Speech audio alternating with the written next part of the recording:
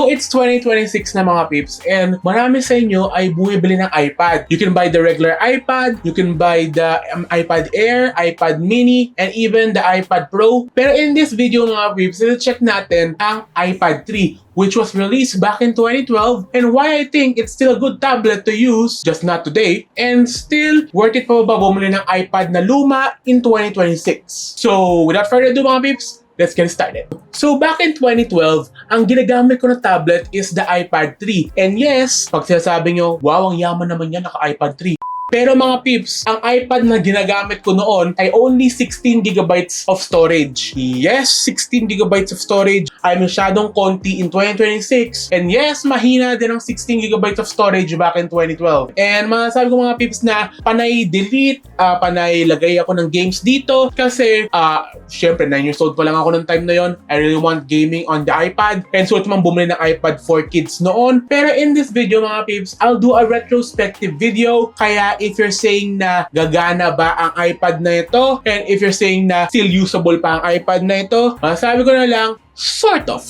So let's talk about the specs of the iPad 3. So ang iPad 3 mga peeps ay 2012 pa lumabas. So ang iPad 3 pala mga peeps ay naka A5X chip which is much better na konti. 16GB of storage. I believe pinakamalaki 64GB at that time. And meron siyang 5MP camera sa likod which is the same sa iPhone 4 and 4S I believe. And lastly mga peeps, meron siyang charging port na 30-pin. Yes, 30-pin charging port ang ginagamit ito. Hindi pa lightning nung time na ito. And meron siyang headphone jack. Yes, nawala ng headphone jack pero at least meron pa ito. At ito mga peeps ang tinatawag nila the Retina iPad. Kasi back in that time, they use low quality LCD screen sa iPad 1 and 2. And yung iPad 3 nagsimula na magkaroon ng Retina display which is sobrang cool nung time na yun mga peeps. So this iPad is running iOS 9. And masasabi ko mga peeps, limitado ang pwede mong installin na applications dito. And sometimes you have to bypass it by downloading the older version of the said app. So ako mga peeps, nilagyan ko to ng Minecraft. Pero hindi yung latest version kasi hindi na compatible ang latest version sa iPad 3. I downloaded the 2019 version kasi yun ang nirecommend ng App Store para sa akin. So mga peeps, if you're planning to buy an iPad for gaming ng mga modern games, for example, Call of Duty, Mobile Legends, and even mga tulad ng PUBG Mobile, hindi compatible ang iPad na ito in that specific task. So ang tanong dyan, why do I still use the iPad 3 in 2026 kahit laos na mga software niya, some games are not usable anymore. Pero mga peeps, masasabi ko na usable pa ang iPad 3 just because merong jailbreak.